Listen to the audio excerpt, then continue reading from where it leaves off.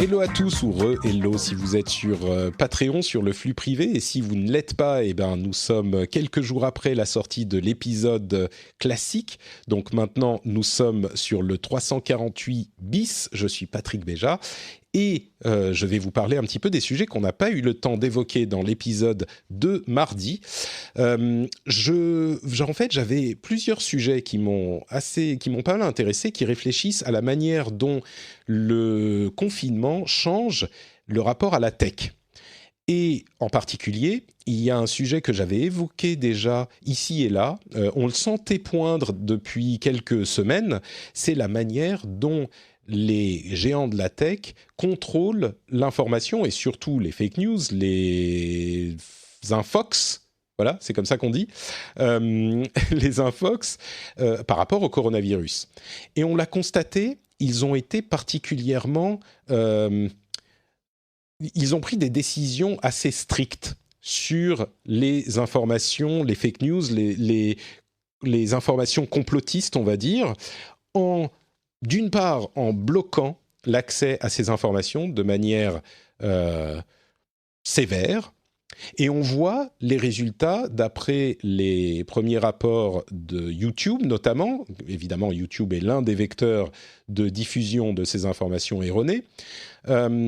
Ils disent chez YouTube que le nombre de vidéos vues de sources fiables, de sources qui sont jugées fiables, a augmenté de 75% dans le premier trimestre de cette année dans le monde. Donc vraiment, cette décision stricte a augmenté le nombre de l'accès à l'information fiable de manière significative. Donc, quand YouTube et quand ces géants de la tech sont à ce point proactifs, eh bien, la désinformation diminue. On voit aussi que YouTube fait apparaître, et ça c'est une chose qu'on a vue chez tous les géants de la tech, on l'a vu sur Google, on l'a vu chez Facebook, on l'a vu ailleurs également.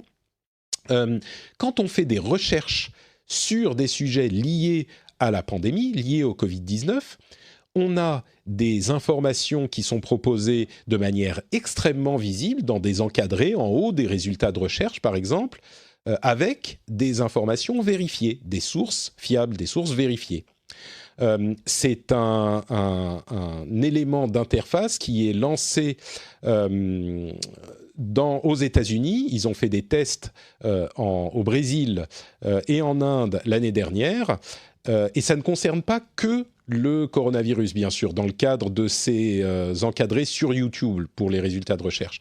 Mais on a vu ça arriver sur différents réseaux sociaux dans le cadre du coronavirus. Et leur efficacité semble se démontrer.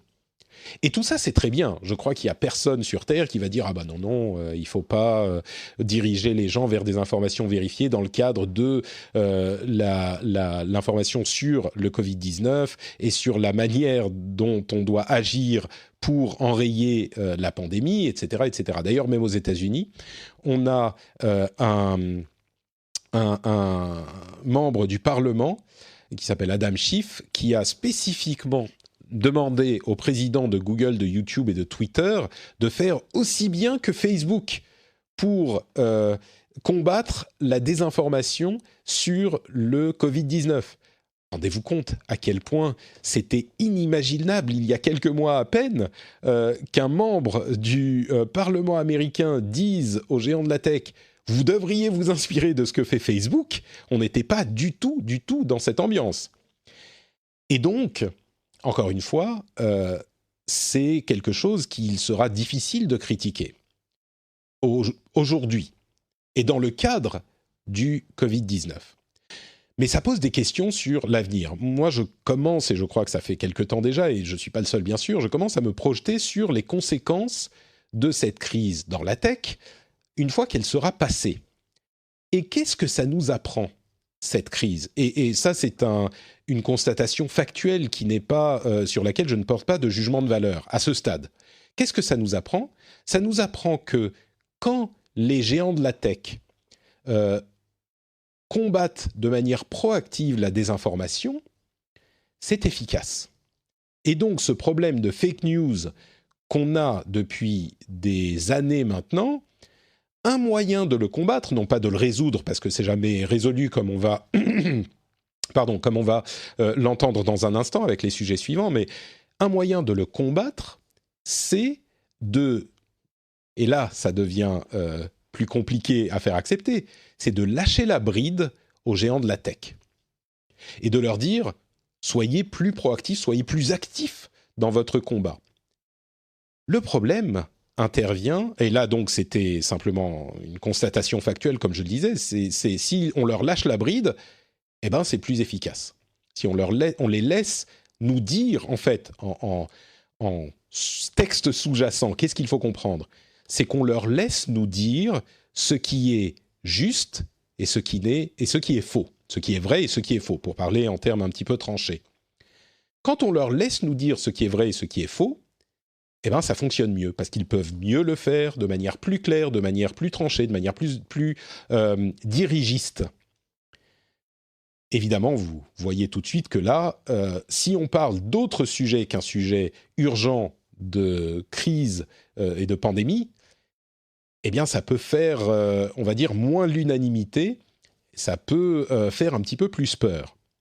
Parce qu'on revient sur des sujets où les avis sont plus tranchés. Évidemment, si on va dire il faut combattre le sexisme, sur le principe, oui, mais comment ? Il faut combattre l'incitation à la haine raciale, ok, mais qui est-ce qu'on va sélectionner comme incitant à la haine raciale et qui ne fait pas partie de cette catégorie ? Est-ce que YouTube va pouvoir enterrer les résultats de recherche ou faire apparaître des sources certifiées impliquant, en insinuant que la vidéo en question ou le sujet en question ne donne pas lieu à un débat. Alors évidemment, on va avoir des dizaines et des milliers d'exemples où, oui, clairement, il faut avoir une telle attitude aussi tranchée. Mais c'est pas ceux-là qui sont importants. C'est pas de ceux-là dont on entend parler dans la presse ensuite. C'est pas de ceux-là que naissent les polémiques. C'est des sujets, des effets de bord, enfin des sujets de bord, des sujets où la population est plus tranchée, les avis sont plus nuancés. Et on peut dire oui, mais. Et donc, je pense qu'on va avoir dans les mois à venir des gens qui vont s'écharper sur l'idée que regardez, pour le Covid, ils ont bien réussi. Ils ont réussi à être plus actifs. Et maintenant, pourquoi est-ce que vous refusez de l'être sur ce sujet qui, moi, me tient à cœur ? Et quand un sujet nous tient à cœur, on a l'impression qu'il n'y a pas vraiment de polémique, ou plutôt qu'il ne devrait pas y avoir de polémique.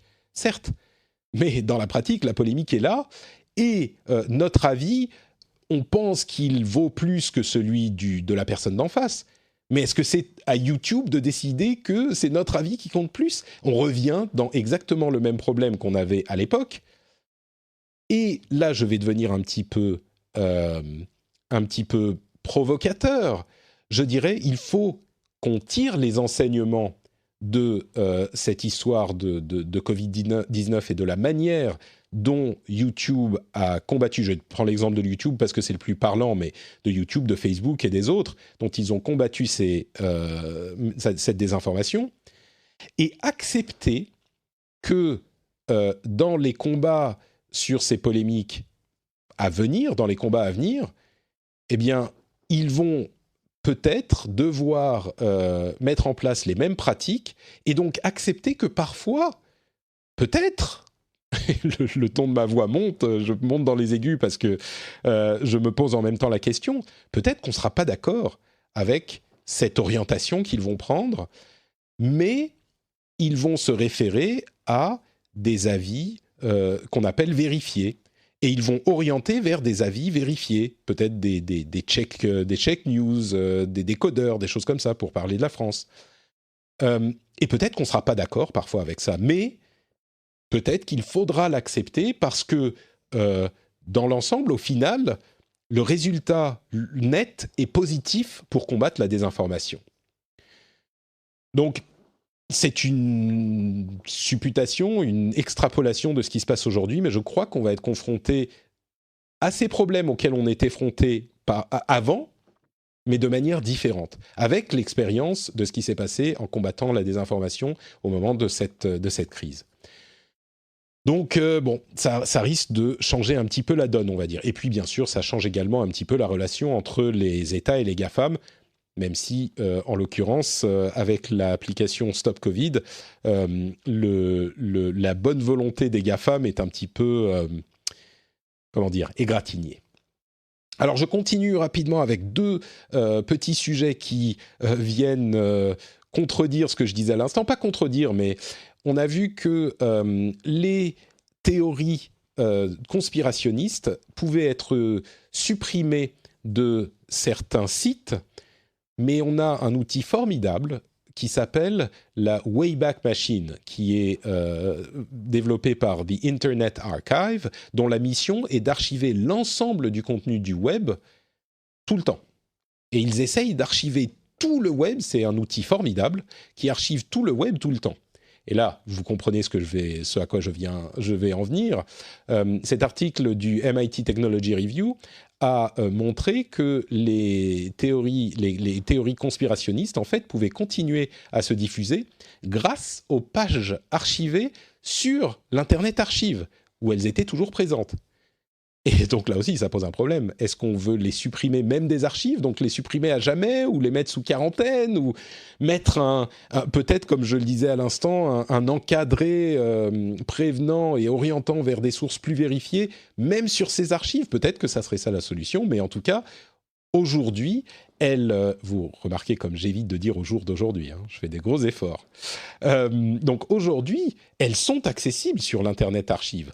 C'est un problème. Et évidemment, comme toujours, les gens qui sont,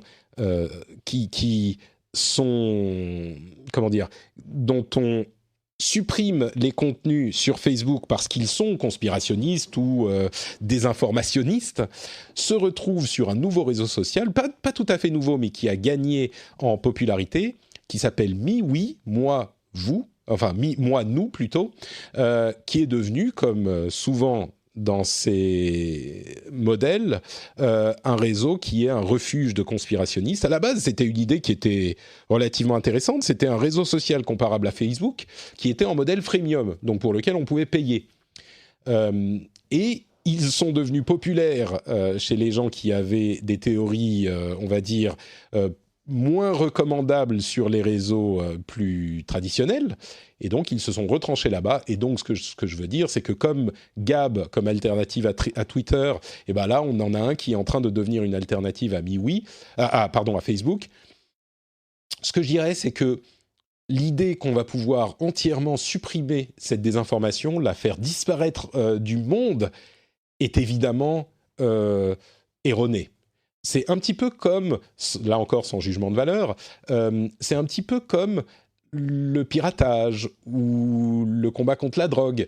On sait bien que ça ne va pas le faire disparaître complètement, mais l'idée est de rendre la chose la plus difficilement accessible possible pour que la diffusion diminue. Et là, je crois que maintenant, on sait bien que ces idées trouvent refuge quelque part, mais il vaut mieux qu'elles soient dans un coin obscur, je pense, plutôt que plus accessibles et plus diffusées. Bon, en tout cas, là, on voit qu'elles existent encore ici et là. Et enfin, le dernier sujet que je voulais évoquer, c'est l'après-confinement dans le domaine du travail. Et évidemment, dans le domaine du travail à distance. Il y a d'abord un article intéressant dans le Washington Post qui montre que certains employeurs, alors c'est particulièrement aux États-Unis, hein, mais il n'empêche, certains employeurs ont commencé à utiliser des outils extrêmement invasifs pour, entre guillemets, surveiller leurs employés qui travaillent à la maison. Ils ont des règles selon lesquelles la webcam doit rester allumée, il y a des pointages quotidiens, et ça peut être... Bon, ça...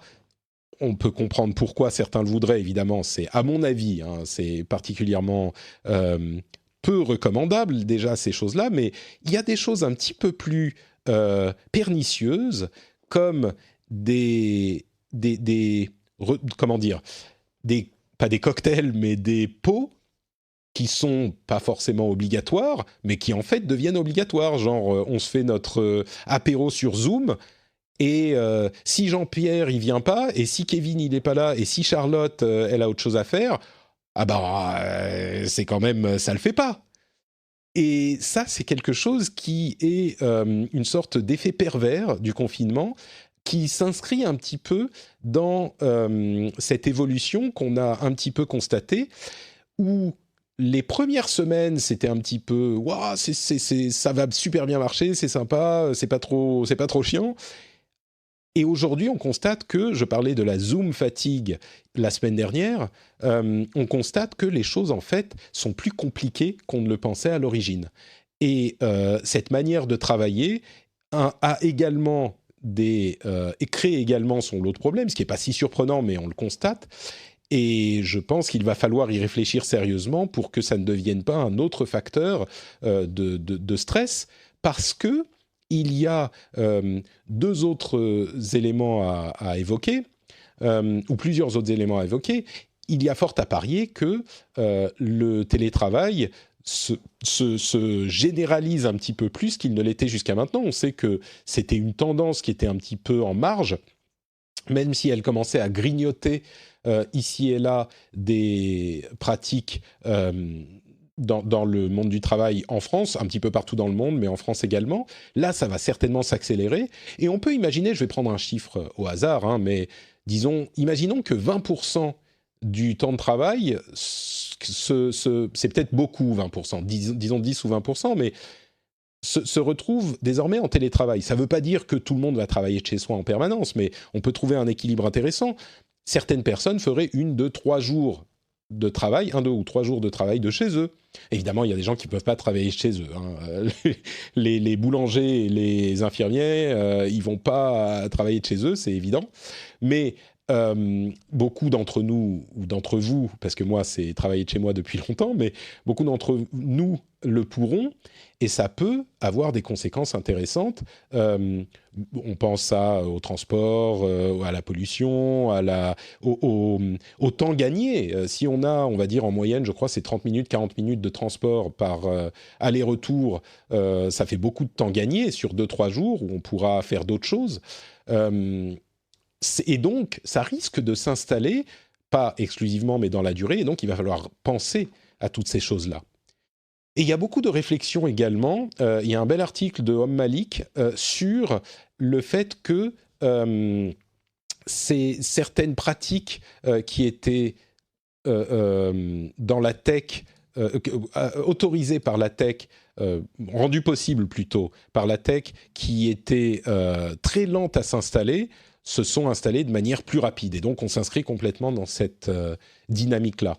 Et enfin, il y a un autre sujet que j'ai trouvé intéressant, qui est la manière dont les restaurants ont commencé à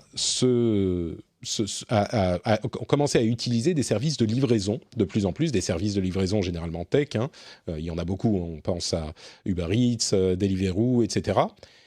Et du coup, ils ont passé une partie de leur business sur en ce moment, c'est une énorme partie de leur business ou tout leur business sur ces services. Je ne parle pas forcément que de la France, hein, mais et cette, on va dire, dépendance à ces services va rester après le déconfinement. Évidemment, il va être d'une part progressif quand il arrivera, mais surtout, on imagine mal que des restaurants vont se dire, bah du coup, je vais plus essayer de vendre mes produits de cette manière.